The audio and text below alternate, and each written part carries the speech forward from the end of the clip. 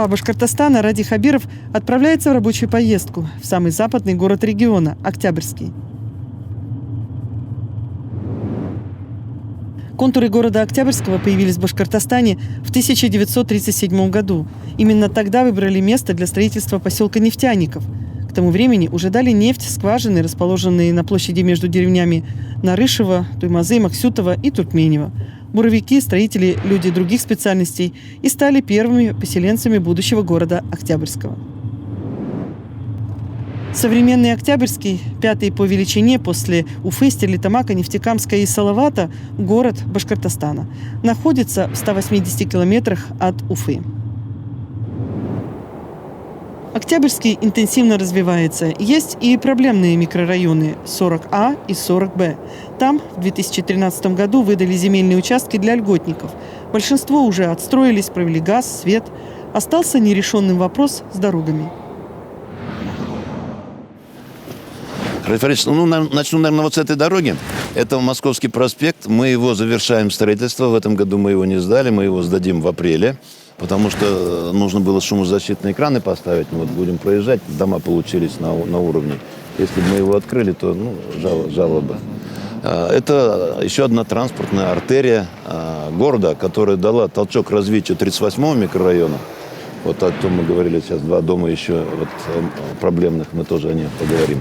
И совмещается 40А, 40Б микрорайоны. Вот мы сейчас находимся вот здесь. Вот это микрорайон 40А и там микрорайон 40Б. Здесь мы раздали участки еще в 2013 году людям бесплатно, однократно, людям, которые трое детей и с инвалидами. Все коммуникации есть, люди уже живут, 80% построена готовность. Газ тоже есть, да? Газ есть, вода есть, электричество есть, нет дорог. Есть проект, есть положительная экспертиза. Дороги имеются в виду внутриквартальные, да? Вот эти вот, да, внутриквартальные, это вот рядом дорога. Вот здесь, если здесь а стоим, пока отсыпано или как это? вообще никак. Грунтовка? Да, грунтовка. Мы вам даем на отсыпку же. Да, мы об этом говорим, не хватает. Тем более, что нужно там вот, подправить, потому что дает не на строительство. Этих дорог не существует, они на балансе не стоят. Мы сюда этот гравий сыпать не можем. Мы должны их построить, поставить на баланс, а потом уже ремонт. Мы вот эти гравийные дела, 10 миллионов, у нас много еще гравийных дорог, мы ремонтируем там, где... Но они нужны. Они нужны, да, очень нужны.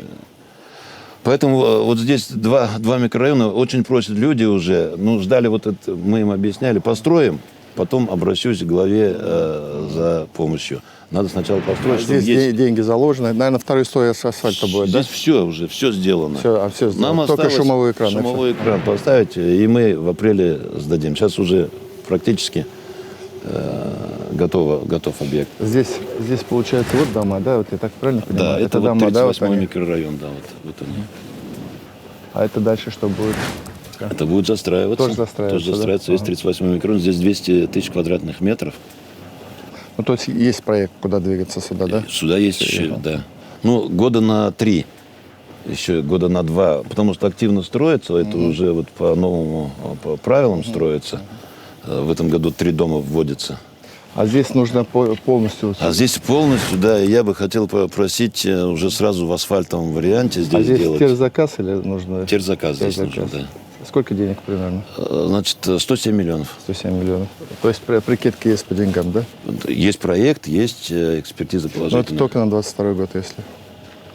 В 21 году денег нет. В этом году нет. Никогда. Хотя бы начать в гравийном варианте, Ради Фаридович. Если начать в гравийном варианте, можно найти там миллионов 20, да? Да, чтобы вы начали. Чтобы мы начали.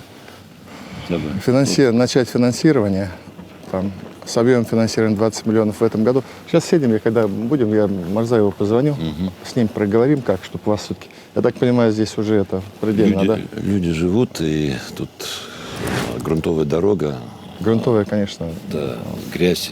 Слякоть. Так дома хорошие построили, да? Уже живут прям. Уже живут, 80% живут. Хорошо. Все, сейчас тогда переговорим с министром.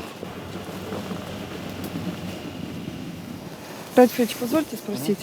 Вот этот микрорайон 40А в Октябрьском, это точка притяжения, скажем так, жалоб жителей, потому что действительно здесь живут, а дорога грунтовая, не зайти, не выехать.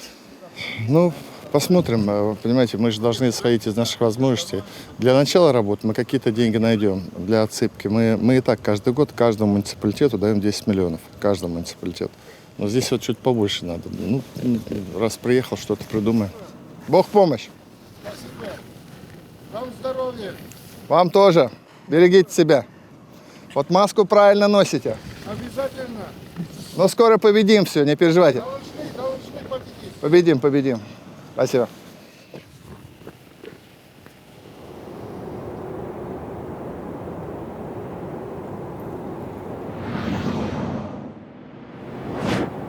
Ледовый дворец в Октябрьском. Проект хороший. Рядом в перспективе бассейн, можно сказать, целый спортивный городок. Ледовый дворец в Октябрьском начали строить осенью 2018 года. Денег тогда не хватило, руководство Башкортостана проблему решило. Теперь, в начале 2021 года, снова нужна помощь. Глава региона Ради Хабиров на этом объекте. Долгожданный объект для жителей города Октябрьского. Ездим... Мы же как-то его начинали, по-моему, и он останавливался, или как? Мы начинали в 2018 году в конце, вот вы первый раз, когда проезжали, там 20 миллионов дали, потом хотели перейти на РАИП, ФСЦП вот оставить, но потом все-таки в связи со сложностью сметной переделки, конкурсы решили оставить на ФСЦП.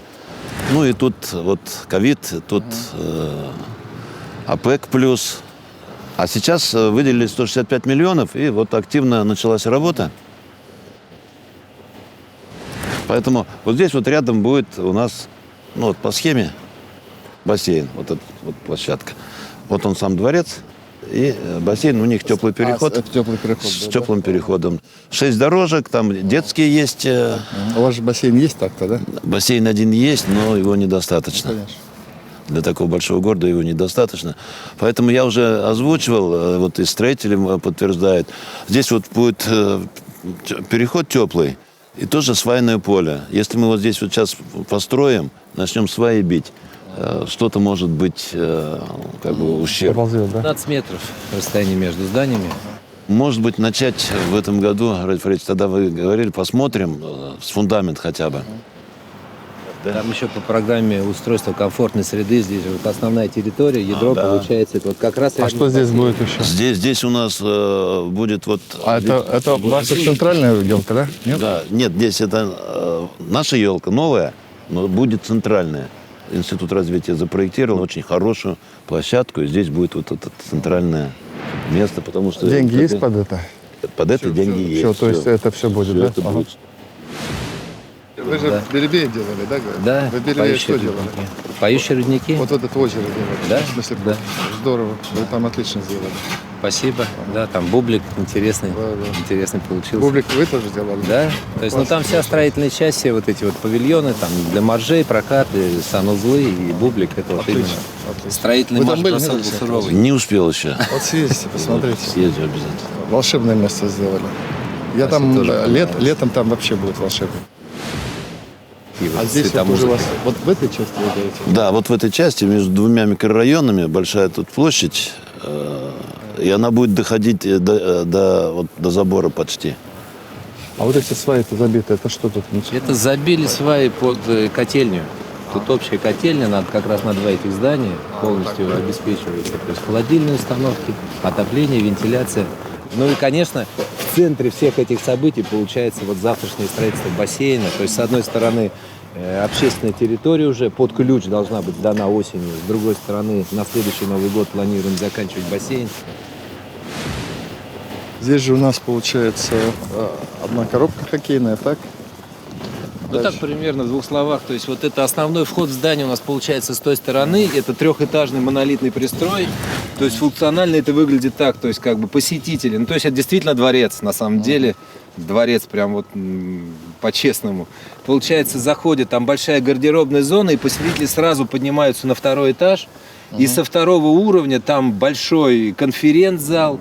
Там есть буфетная зона с приготовлением пищи. И оттуда сразу люди пошли уже, ну вот, так называемое трибунное пространство. На 800 людей, на 800 человек рассчитано. Вот, это что Тренажерный зал касается есть там. второго этажа. А тренажерный зал, Василий Николаевич, это уже вот третий. функционально уже для... Это третий этаж получается у нас в этом пристрое. Там многофункциональный зал, тренажерный зал, там кабинеты массажа и так далее. Первый этаж полностью, вся вот эта территория, это, конечно, она под спортсменов. Там вот ледоуборочные машины, все раздевалки, все подсобные помещения и так далее. Это вот первый этаж. Ну вот примерно так вот все это скомпоновано. То есть все эти потоки действительно абсолютно рационально все спланировано, спроектировано, что нигде ничего не пересекается. То есть проект, на самом деле, мне как строителю нравится, достойно. То есть, в принципе, я все время пытаюсь где-то что-то там найти, что не так. Здесь сложнее всего. Дружбу народов делал, он много в новшество ввел, и такой хороший дружбы народов получился у нас. Но мы же у себя в правительстве, в администрации сбили команду. Мы сейчас в хоккей играем, вот приедем сюда, рубанемся. Стараемся. Ладно, спасибо, всего доброго, до свидания. До свидания. Рафик Фрич, достроим Ледовый дворец в Октябрьском? Достроим, конечно, достроим. Вопрос другой, когда. В идеале это в этом году, но в этом году тут и объем работы не позволит. 22 год. В этом году юбилей же у Октябрьского. Ну, что-то мы успеваем, как юбилей, что-то нет. Но 22 год, вот самое то. В 22 году приедем, здесь уже первый матч сыграем. Дай бог, спасибо.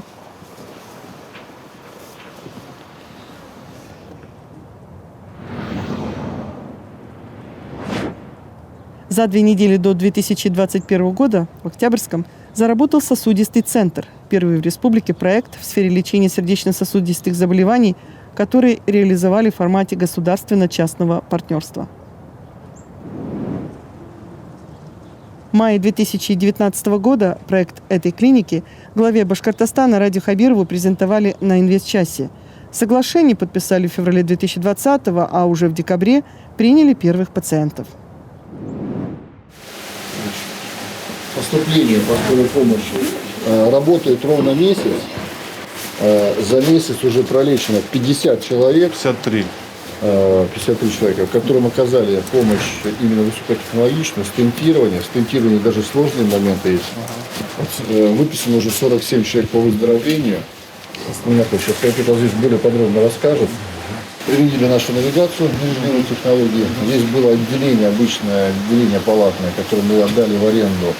И вложение здесь более 150 миллионов отдали. Значит, мы 10 миллионов получили бы в 2023 году, а пациентов продолжали бы возить в Уфу. Дорогу вы сегодня видели. Вот как пациента с инфарктом довести в течение часа до Уфы невозможно. Теперь у нас из близлежащих районов все в районе часа, золотого часа поступают сюда. Не нужно делать тромболизис, что это определенные риски, дороги это риски большие. Сейчас более подробно расскажу. Стоит современный ангиограф. Вместе с нашим кардиоцентром прошли аудит. Мы их согласовали, они отучились и взяли нашего выпускника, который здесь проходил клиническую ординатуру, именно житель города Октябрьска, то есть молодых специалистов тоже трудоустроили. Здесь персонал, средний персонал, который здесь есть, и основные наши так называемые бытовые вещи на аутсорсинге. Больница поставляет питание, отборку и все остальное. Операции. Лаборатория, соответственно. У нас, получается, на западе Октябрьский, Зауралье, Сибай. Да, это мы в прошлом году сделали. В этом году у нас будет Кумертау. И также мы еще же сделали в прошлом году в Салавате, ангиограф. И мы планируем поменять Мисягутова, там же старый ангиограф, его просто замена существующего. И тем самым мы нашу А программу Мисягутова когда меняем? мы будем менять в 22-м. Хорошо. Ну, то есть вот у нас везде вот такие центры будут, да? 17 У нас единственная, получается, по концессии, да? Да, по ДЧП, да, это реализованная концессия, работают хорошо, и у нас пока нареканий нет никаких. В дорожную карту, которую согласовали, они взяли это отделение полностью, отремонтировали за свой счет, поменяли коммуникации, привели в соответствие с положениями и по порядку оказания помощи по сердечно-сосудистой хирургии, по кардиологии, По хирургии, да. терапии. Вот как бы это путь поступления пациента, соответственно, по скорой пациент поступает сюда и в приемное отделение. Вот. Здесь проводятся диагностические мероприятия, соответственно, там это анализаторы, там чувствительные тропонинов, там маркеры, да, инфаркта миокарда, и, соответственно, подготовка пациента, и ну, сразу пациент. Причем есть тропонин высокочувствительный, который именно показывает Количество. количество. Это метод такой профессиональный. Это очень важный, да, фактор. Пациент поступает в рентгеноперационную. Получается, нахождение в приемном покое 15 минут и практически с колес в операционную. Минуя этажи, почему, когда выбирали тоже локацию, Сергей Петрович, он тоже думает, хотели предложить более высокий этаж, но опять это лифт, это какие-то риски, это Время. Здесь сразу диагностика и сразу... Сразу, да, одномоментно, то есть проводится коронарография, да, и при определении, да, там, соответственно, или окклюзии, да, артерий, закрытия, то есть проводится стентирование, вот, инфаркт связанной артерии, да. То есть вы стентирование здесь уже научились делать все? Да, и как бы, если пациенты тяжелые, то есть пациент, если очень тяжелый, то минуя приемный покой, приму напрямую на стол, как бы, потому что это очень важно, чем быстрее начнешь выполнять. Восстановим кровоток, тем самым у нас уменьшается. Это инфаркты, инсульты, да? Да. В основном пока инфаркт. Пока идет. инфаркты, но В нашей перспективе это расширение вмешательств, это установка и кардиостимуляторов, и работа на артериях нижних конечностей при абляторической атеросклерозе, чтобы уйти от ампутации, ангиопластики. биопластики, стентирование, соответственно. Это получается, вы когда открылись? 17 Декабря. да. И вот за эти уже за месяц, ну да, месяц ровно. Да, 53 человека пролечено, 47 выписано. Вот палата реанимации. Да, ну пультовой, да, вот в палате реанимации. Тут сейчас Здравствуйте. Здравствуйте. Здравствуйте. С визитом глава республики Раисович Кадиров. Здравствуйте. Как самочувствие?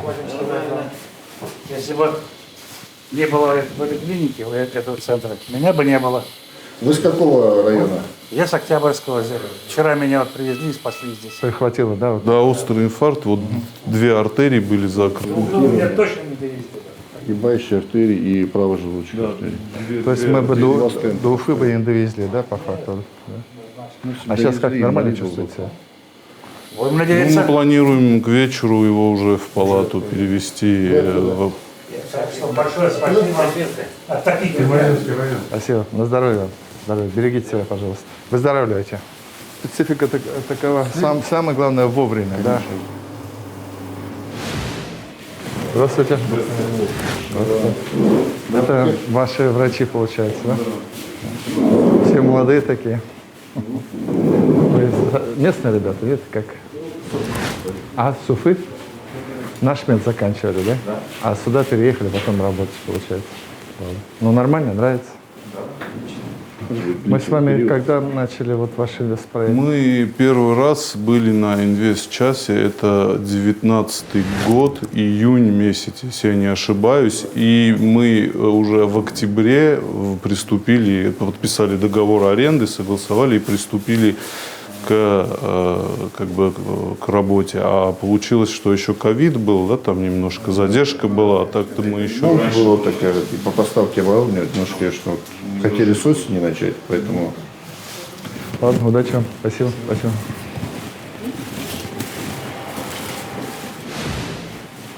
Сколько квадратных метров здесь? 670 Вот вам хватает этого, да? метров, да. Все на одном этаже? Да, все на одном этаже. Вот. Здравствуйте. Лежите, лежите. Здравствуйте. Здравствуйте, дорогие пациенты, с Как визитом здоровье? глава республики Раисович Кадиров. И министр здравоохранения Максим Забелин. Как состояние? Как состояние? Нормально? Нормально, да? Все хорошо. Здесь Ярослав Иванович, болезнь сильнее была вот уже. Падала. Падало даже, да? Да. А вы откуда? Вы с Октябрьского или? Я есть соседний этот город там. Даже, вон как. Лечит хорошо, внимательно очень. Кормит хорошо. Да, Ну ладно. очень внимательная. Как в раю. Выздоравливайте. Выздоравливайте. Выздоравливайте. Самое главное здоровье. Большой подарок.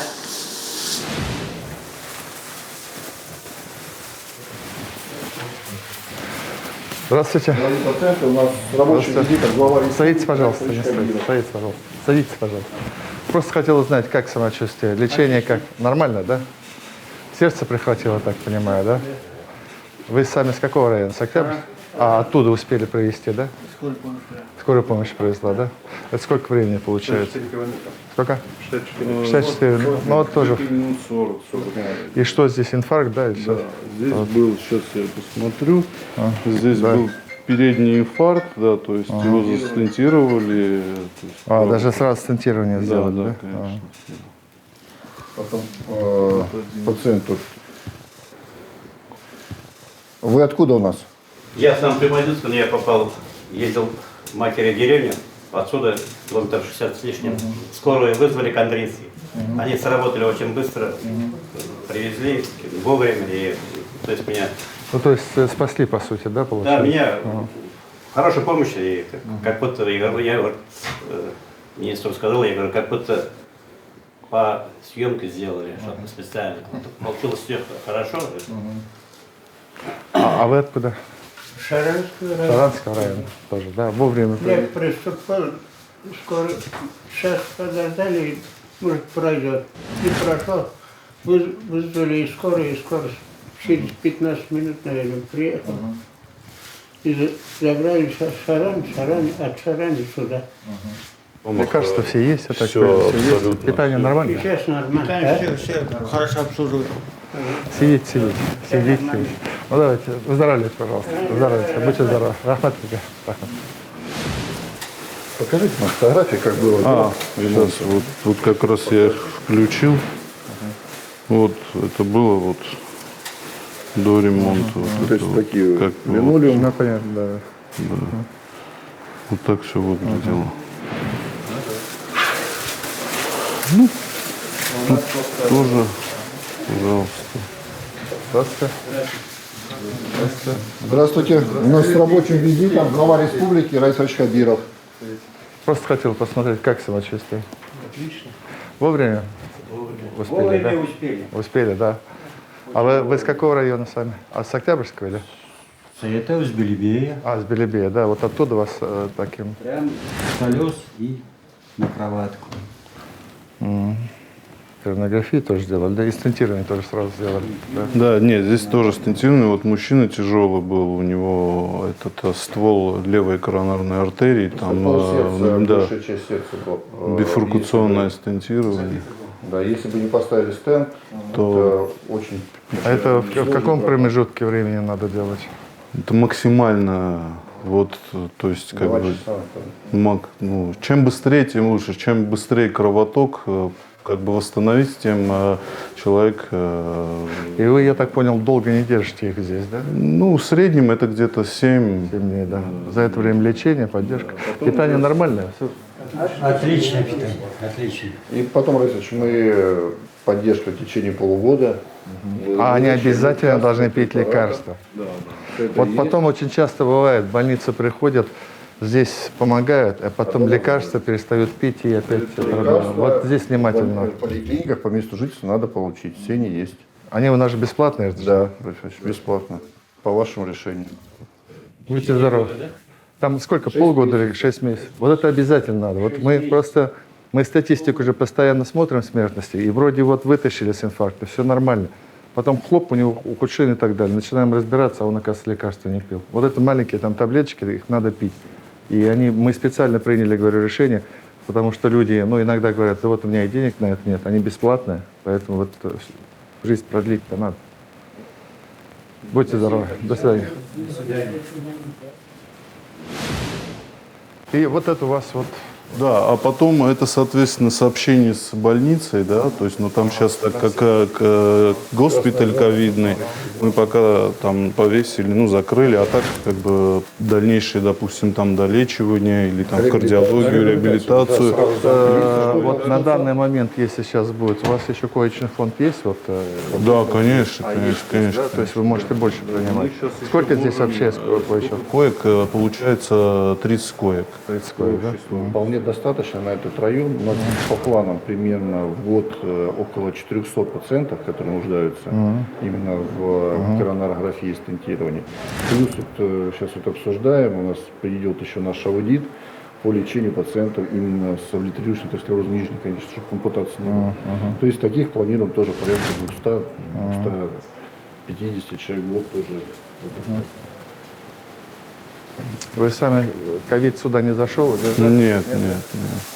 Слава богу. Ну, мы как бы тестируем, да, у нас эти экспресс-тесты закупили, то есть, соответственно, анамнез собираем. Но здесь комфортно работает? Да. Все вообще просто, ну... Спасибо. Очень рада, что проект получился, работайте. Если какие-то хорошие мысли есть еще, давайте к нам. Мы тоже готовы отдать один район, но там смотрим мы по помещениям. Посмотрите, когда определите, сразу на инвест-час, и там будем двигаться быстро и организованно. Спасибо вам большое. Рафич, а что за необычный такой эксперимент государственно-частного партнерства? Государственно-частное партнерство. Это, ну, как вам вот, очень просто объяснить. Вот человек, есть опыт, деньги, у него такая практика была в Московской области. Он за свои деньги покупает и налаживает здесь вот данный сосудистый центр. Наша задача, соответственно, представить ему помещение, оказать организационную поддержку. И в объемах ФОМС, то есть это оплачивается по линии медицинского, да. И все, сюда люди приходят. У нас денег-то, мы-то, понятно, сейчас в разных городах там расставляем ангиографы. В этом году мы ставим, вот, мы в Сибае с вами были, в Кумертау ставим сейчас. Ну, вот, на 22-й год замена Месигута везде. А здесь бы мы в 23-м году. Ну вот они уже 50 человек спасли. Вы же сами видели, они практически с того света вытащили людей. Понравилось? Очень понравилось, да. Спасибо.